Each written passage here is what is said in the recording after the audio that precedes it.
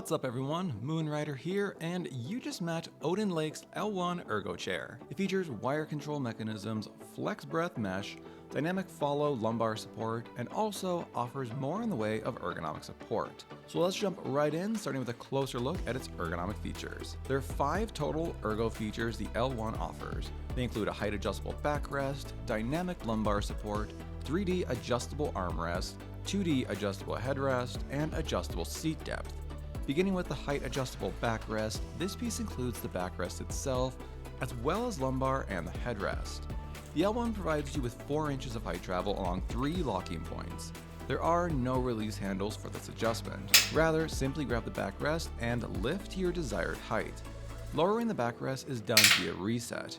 Lift the backrest to its highest point to disengage all the locks, then lower it all the way down until you hear a click. If you don't hear a click, then the locking points did not re-engage. Just lift the backrest back up and lower it again until you hear it click at the bottom.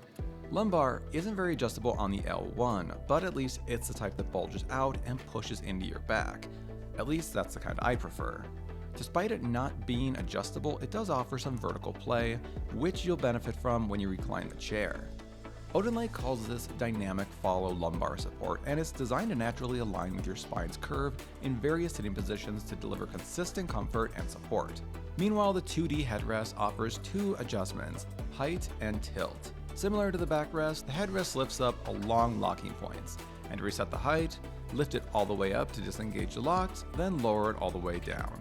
Unlike the backrest, the headrest offers 11 locking points, not including the starting point at the bottom, for a total of 12 positions. The headrest also offers 4 tilt locking points. In terms of comfort, the mesh offers a pleasant amount of flex, and the mesh also feels sort of cool, which can feel relaxing on the back of your neck. Moving down, the 3D armrests raise up, slide back and forth, and pivot in and out. The padding is very dense foam, but it's not uncomfortable. I suffered no discomfort resting my elbows on it. The height adjustment release is a bit odd though. Rather than place a lock release right below the armrest, they placed a button 4 inches below it. It still works, but it's not a system I'm used to. Rather than reach my fingers down and pull up a button release, I have to reach my entire hand down the side of the armrest stock, hold the button, and adjust the height. Like I said, it works, but there's an unnatural feel to the whole series of motions. Despite that being somewhat uncomfortable to manage, all the seat adjustments are much easier to make. OdinLake uses WireControl Mechanisms to get all the lock releases as close to the top of the seat as possible, which means height and seat depth adjustments can be made with ease, along with the Recline release. On the left side, you'll find said Recline release. When it's flipped up, the lock is engaged. Pushing the switch down releases the lock and allows you to recline the chair. In total, there are 4 locking positions at 90 degrees, 108 degrees, 115 degrees, and 135 degrees. If you prefer to rock the backrest, you can adjust the amount of tension by twisting the dial beneath the seat. The last 2 buttons, height and seat depth, can be found on the right side of the chair. Like the Recline release, these are incredibly easy to reach thanks to that wire control system. The height adjuster grants 3.9 inches of vertical travel, making the L1 ideal for anyone 5'3" to 6'2", and thanks to its metal base, it can also support up to 350 pounds. If you're on the short side of that spectrum, you can use the seat depth adjuster to slide the seat forward 1.6 inches. As for comfort, the flex breath mesh allows for plenty of ventilation for your back and legs, and its wide seat provides plenty of room to get properly situated. But the mesh isn't the smoothest I've experienced, which might only be a problem if you try to sit cross-legged on the chair, or if you're wearing short shorts or a skirt. But there is a good amount of flex and cushion to the mesh. I've been spending hours working and gaming in the L1, and I haven't experienced soreness or discomfort. Meanwhile, build quality is pretty good.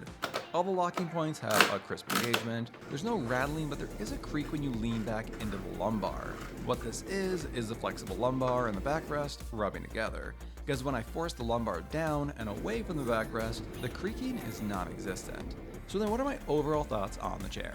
Well, I do find it comfortable to sit in, even for long hours, but it's still not the best ergo chair I've used. I think it could get there with more adjustments to lumbar support, like if you could adjust the depth, and I'm not sure I'll ever get used to the armrest height release buttons. They're just awkward. But there are some things the L1 does really well.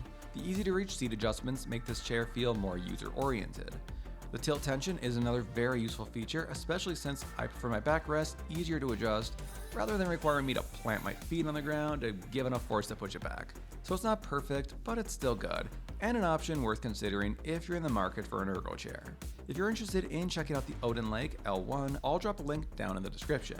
Anyway, that's it for this video. Be sure to give it a like if you enjoyed it, and don't forget to subscribe to the channel so you don't miss out on more gaming setup content or tech reviews like this. Until next time, thanks for watching.